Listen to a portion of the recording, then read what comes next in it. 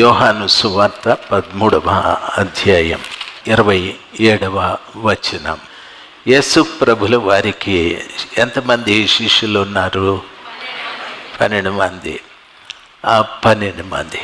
అయితే ఇప్పుడు యేసు ప్రభుల వారికి ప్రపంచమంతా శిష్యులే. మీరంతా శిశురాండ్లు, శిష్యులు. నేను కూడా శిశువే. శిశువు అంటే మళ్ళా చిన్న బిడ్డ అని కాదు. శిశువు గురువు కింద విద్యను నేర్చుకునేటటువంటి వారిని శిశువులు అని అంటారు. కొంతమంది గురువుకే పాఠాలు చెప్పే శిశువులు ఉన్నారు. వాళ్ళను గురించి దేవుడు మాట్లాడడం లేదు. ఎవరు యేసు ప్రభు దగ్గర నిజంగా నేర్చుకోవాలి అనుకునే వాళ్ళు ఉంటారు, వాళ్ళని శిష్యులు అంటారు. యేసు ప్రభు దగ్గర ఉండేటటువంటి శిష్యులు 70 మంది ఉన్నారు. 70 మందితో వెళ్ళేవాళ్ళు యేసు ప్రభుల వారు. ఏ ఊరికి వెళ్ళినా ఎక్కడికి వెళ్ళినా 70 మందితో వెళ్ళేవారు. అయితే ప్రభు బోధలు విని వాళ్లకు అంతగా నచ్చలేదు.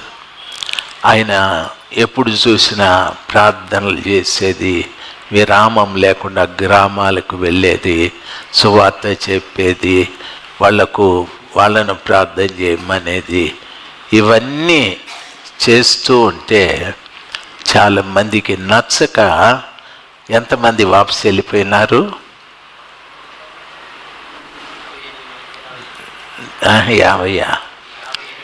58 వాళ్ళే వాళ్ళు. మీరు 70 మంది వెళ్ళిపోయినారు, మొత్తం వెళ్ళిపోయినారు. తరువాత కొత్తగా ఈ గ్యాంగ్ని దేవుడు తయారు చేసుకున్నాడు. ఎందుకంటే చాలామంది ఉద్రేకంతో వస్తారు, అయితే నిలబడలేరు. ప్రభువు కొత్తగా వీళ్ళందరినీ పిలుచుకున్నాడు. పేతురు ఆయన ఎక్కడ పిలిచినాడు తెలుసా? చేపలు పట్టుకొని వాళ్ళ కడుక్కుంటూ ఉంటే అప్పుడు పిలిచినాడు. పేతురు, నువ్వు నన్ను వెంబడిస్తావా అని అంటే ఆయన పేతురు వాళ్ళ తమ్ముడు ఇద్దరు వచ్చినారు. అట్లా మొదలయ్యి ఎంతమంది యేసు ప్రభు దగ్గర నిఖరంగా నిలబడినారు? ఇప్పుడు చెప్పండి, ఎంతమంది నిలబడినారు? 12 మంది. ఆ 12 మంది కూడాను డూప్లికేట్ వాళ్ళే. 12 మంది కూడాను డూప్లికేట్ వాళ్ళే. పేతురు నవ్వుతూ ఉన్నాడు. నీలాగా డూప్లికేటు, నాలాగా డూప్లికేటు, అందరూ డూప్లికేటే. ఒరిజినల్ ఎవరు? మీరు చాలా మంది మాట్లాడడంలే, మేము అసలు ఒరిజినల్ కదా అన్నట్టు కూర్చున్నారు. ఒరిజినల్ బ్యాంకు సార్ చూస్తా ఉన్నాడు, ఎవరైనా ఒరిజినల్ వాళ్ళు ఉన్నారా అని. దయచేసి వినాలి, ఎవరు లేరు ఒరిజినల్ వాళ్ళు. ప్రతి వాళ్ళు డూప్లికేటే. ప్రతి వాళ్ళు మీరు శబ్దం చేసి మాట్లాడితే కదా, ప్రతి వాళ్ళు డూప్లికేట్ వాళ్ళే. ఏం డూప్లికేట్? మేము బైబిల్ చదువుతాం, ప్రార్థన చేస్తాము, మన ఉపవాస కూటాలకు కూడా వచ్చింటిమి. అనవసరంగా ఇట్లా మాట్లాడద్దు మమ్మల్ని. మేము ఎక్కడ ఒరిజినల్ వాళ్ళు ఉండారో అడికి వెళ్ళిపోతాం. You go anywhere, you see anywhere, everybody సుడియా. ప్రతి ఊళ్ళో చెప్పండి ఆయన, మగబిడ్డలు మీరు వీళ్ళు చెప్పర్లే. ప్రతి వాళ్ళు డూప్లికేట్ వాళ్ళు. ఎందుకు డూప్లికేట్ వాళ్ళు? ఒరిజినల్ ఎందుకు లేదు అంటే ప్రతివాడు డూప్లికేటే. ఎందుకంటే లోకంలో ఉన్నారు కాబట్టి. ఎక్కడున్నారు? నువ్వు ఎంత పరిశుద్ధంగా ఉన్నా ఎవడో ఒకడు నిన్ను కెలుకుతాడు, ఎవడో ఒకడు నీ బుర్రపాటు చేస్తాడు, ఎవడో ఒకడు నిన్ను వాడిని ఏదో అనేటట్టు చేస్తాడు. కాబట్టి దాంతో మనం డూప్లికేట్ అయిపోయి ఆదివారం ఎక్కడికి వచ్చిన తర్వాత ప్రభు మాటలు విని మళ్ళా కడగబడి ఒరిజినల్గా మళ్ళీ బయటికి పోతాం, మళ్ళీ ఎవడో కెలుకుతాడు. ఇట్లా ఈ డూప్లికేటు ఒరిజినలు ఈ పీకులాట. పౌలు అంటాడు, శరీరము ఆత్మతోనూ ఆత్మ శరీరంతోనూ పోరాడుతూ ఉంది అని చెప్తాడు. బయటికి వెళ్ళినప్పుడేమో శరీరం, లోపలికి వచ్చినప్పుడేమో ఆత్మ. ఇప్పుడు ఈ రెండిటి మధ్యన పెద్ద గొడవ. ఈ గొడవలో నువ్వు మంచిగా ఆత్మలో బలపడి ఉంటే శరీరాన్ని జయిస్తూ వస్తావు, లేకపోతే శరీరానికి ఓడిపోతా వస్తావు. కాబట్టి అట్లా ఓడిపోయిన వారిలో ఈయనొక్కడు. ఎవరు? ఇస్కరియోతు యోధ.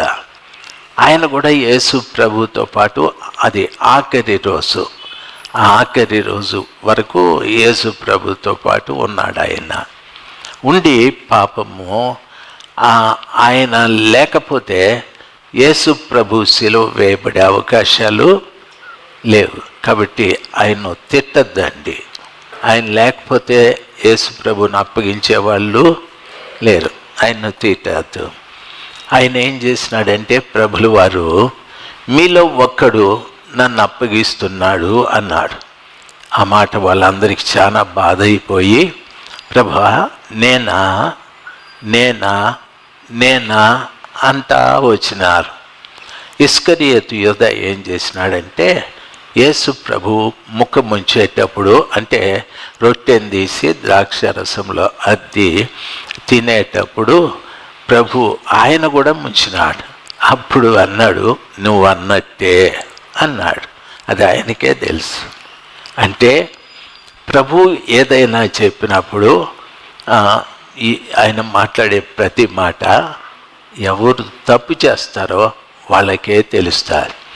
ఆయన ముఖం ఉంచి తింటూ ఉంటే సైతాన్ ఆయన లోపలికి యేసు ప్రభు అన్నే ఉన్నాడు. యేసు ప్రభు అక్కడే ఉన్నాడు. అయితే ప్రభుల వారిని చూసి కూడా అది వానిలోకి ప్రవేశించింది. దేవుని బిడ్డలు గమనించాల్సింది, కొన్ని పర్యాలు మన జీవితంలో మనము ఒక సరైన ఆలోచన లేకుండా ఆయన సన్నిధానంలో కూర్చుంటే, సరైన ఆలోచన, జగదీష్ సరైన ఆలోచన అంటే యేసు ప్రభుల వారిని నమ్ముకునే ఆలోచన ఉండాలి, కానీ యేసు ప్రభుని అమ్ముకునే ఆలోచన ఉండకూడదు. చాలామంది ప్రభుని అమ్మేసుకుంటారు. నన్ను గమనించాలి. 10 రూపాయలకు అమ్మేసే వాళ్ళు ఉన్నారు, 20 రూపాయలకు అమ్మేసే వాళ్ళు ఉన్నారు. కాబట్టి దేవుని బిడ్డలుగా మీకు నా మనవి, ఎప్పుడు సాతానుడు మనలోకి ప్రవేశిస్తాడంటే నమ్ముకున్న వారిలోకి కాదు, అమ్ముకునే వారిలోకి ప్రవేశిస్తాడు. ఏదైనా ఒకటి అమ్ముకుంటే ఏమొస్తుంది మనకి? కీర్తన అంటా ఉంది, డప్పు డప్పు అని శబ్దం రాకుండా. ఎందుకంటే వాళ్ళ డాడీ అంత క్యాషే కదా, అందుకని సౌండ్ లేకుండా అది డబ్బు డబ్బు అని. దయచేసి గమనించాల్సింది, అమ్మితే ఏమొస్తుంది? డబ్బు వస్తుంది. దేవుని బిడ్డలు మనల్ని డబ్బు గురించి మాట్లాడమంటే వేదాంతాలు మాట్లాడతాం. అసలు అల్లసాని పెద్దన కూడా పనికిరాడు, ముక్కు తిమ్మన పనికిరాడు, తరువాత వీరయ్య భట్టు కూడా పనికిరాడు, చెట్టు కూడా పనికిరాడు. అంత వేదాంతాలు మాట్లాడతాం డబ్బు గురించి. అదే డబ్బు మన ముందు కనిపిస్తే థ్యాంక్ యూ అనేసి పెట్టుకుంటాం. అంటే అంత అంత అది పనిచేస్తుంది. దేవుని బిడ్డలు మేరు ఆడ మనము ఒక 100 రూపాయలు వేసేసి అట్లా తిరుక్కొని ఉండని, అట్లా ఎట్లా చూసి చెప్పు దాని మీద పెట్టి గోక్కున్నట్లు ఎత్తుకుంటాడు ఆయన. మనీ ఆ పక్క ఈ పక్క చూసి నవ్వుతూ ఉన్నాడు. ప్రార్థన అయిపోయినప్పుడు ఆ తలుపు కాడ 20 రూపాయలు పడి ఉంటుంది. 20 రూపాయలకు కూడా వంగి ఎత్తుకుంటాడు. ఎందుకు ఈ మాట చెప్తానంటే, డబ్బు ఎటువంటి వాడినైనా తల కింద కొంచేటట్టు చేస్తుంది. అది ఎటువంటి వారినైనా ఏం చేస్తుంది? తల వంచేటట్టు చేస్తుంది.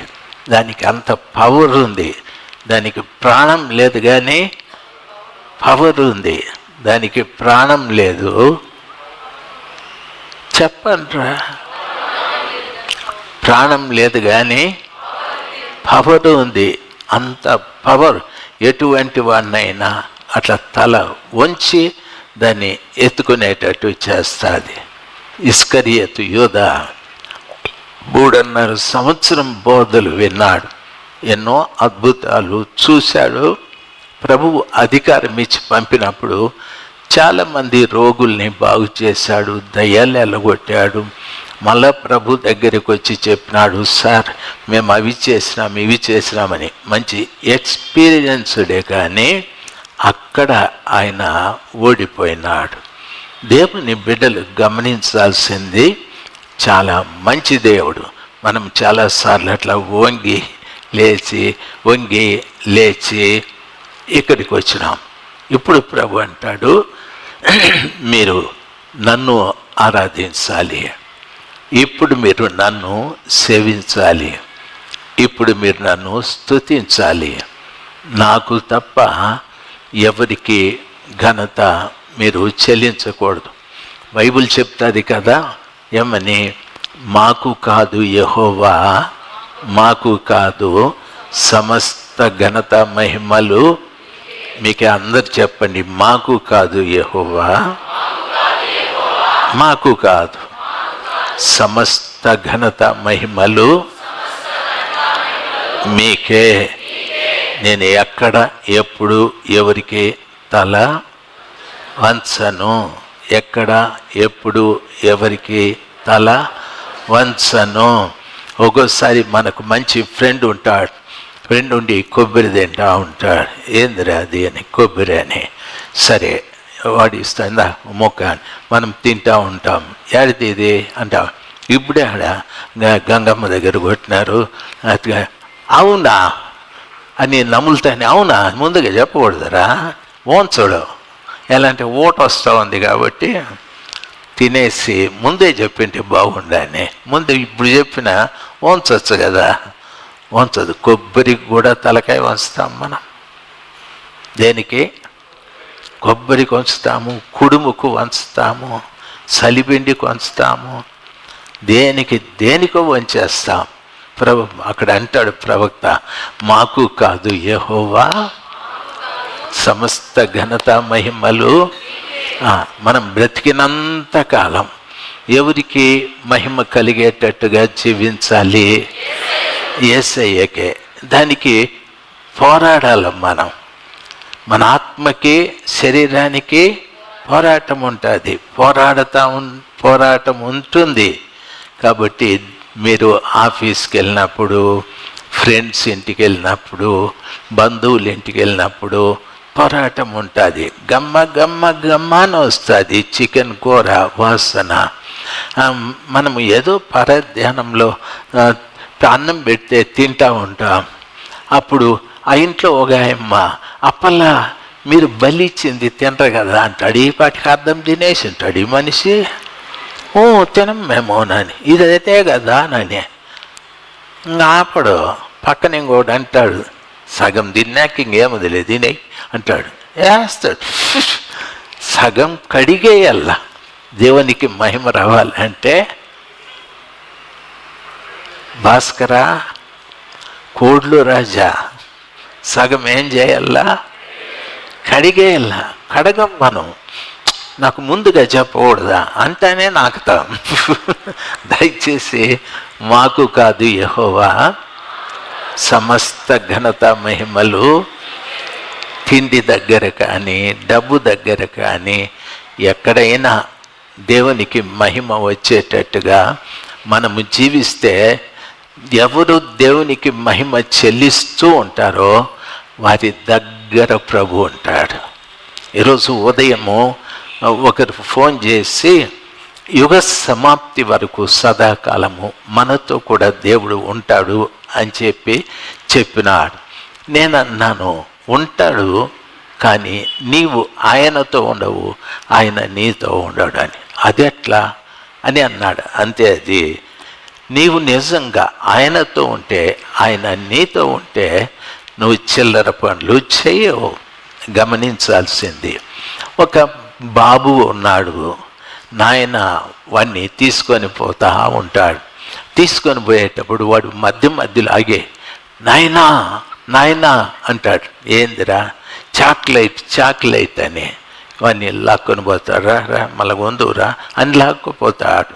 అంటే నాయన కొడుకుతో ఉన్నాడు, కొడుకు చాక్లెట్తో ఉన్నాడు, నాయన చాక్లెట్ని చూడ్డు వెళ్ళిపోతూ ఉంటాడు. వీడు మళ్ళా కొంత దూరం పోయిన తర్వాత నాయనా నాయనా అంటాడు. ఏందిరా? బాలు అంటాడు. రా అని లాక్కుపోతాడు. నాయన కొడుకుతో ఉన్నాడు, కొడుకుతో నాయన లేడు. కొడుకు చాక్లెట్తో బాల్తో ఇద్దరు కలిసే ఉన్నారు. మీకు అర్థమైంది అనుకుంటాను. ఇద్దరు కలిసే ఉన్నారు, కానీ వాడు ఎక్కడెక్కడో వాని ఆలోచనలు. అయితే నీతో ఉన్న దేవుడు నిన్ను లాక్కొని పోతానే ఉంటాడు. నా మాట అర్థమైంది అనుకుంటాను. అందుకే ఎంత దూరం మనం వచ్చినాం. ఇన్నేళ్ళు ప్రభుతో పాటు ఉండటానికి ప్రభు సహాయం చేసినాడు. ఎప్పుడు ఒక పరిపూర్ణత నీ లేకొస్తుందంటే, నీకు ఆత్మీయ జ్ఞానం పెరిగినప్పుడు. వాడికి వయసు పెరిగిన తర్వాత వాళ్ళ నాయన చెప్తాడు, ఏరా ఆ అంగడి కటికి పోయి 1 కేజీ పప్పు తీసుకురాపో, నువ్వు రానాయనా అని అడగడం. వానికి ఆ జ్ఞానం వచ్చేది. అప్పుడు వాడైపోతాడు. అంటే వాళ్ళ నాయన ఇది వరకు వాడిని ఎంబడి నడిపించాడు. ఇప్పుడు వాళ్ళ నాయన మాట చెప్తే మాట ప్రకారంగా నడుస్తూ ఉన్నాడు. మీకు అర్థమైంది అనుకుంటాను. అర్థమైతే ఒకసారి హల్లెలూయా చెప్పండి. హల్లెలూయా. అందుకే ప్రభు అంటాడు, ఈ నా మాటలు విని ఆ ప్రకారంగా జీవిస్తే మీరు బండ మీద ఇంటిని కట్టుకున్న వాడిని పోలి ఉంటారు. ఆయన మాటలు నేను ఎప్పుడు వింటానంటే, ఆయన నన్ను చేయి పట్టి నడిపించి కొంత నేను ఎదిగిన తరువాత నాయనకు తెలుస్తుంది, వీడికి నేను చెప్పే ఆ మాట ప్రకారంగా జీవిస్తాడని చెప్పి వానిలో పరిపక్వతను చూసి పని చెప్తాడు. ఆ పని వాడు సక్రమంగా వెళ్ళి చేసి తీసుకొస్తాడు. ఆ రీతిగా ప్రభు నాతో, ప్రభు నీతో ఉంటాడు. మనము ఎదుగుతూ వస్తే ప్రభు మాట నీతో పని చేయడం ప్రారంభిస్తుంది. ఆ రీతిగా మనం రోజు ఎదగటానికి నేర్చుకోవాలి. హల్లెలూయా.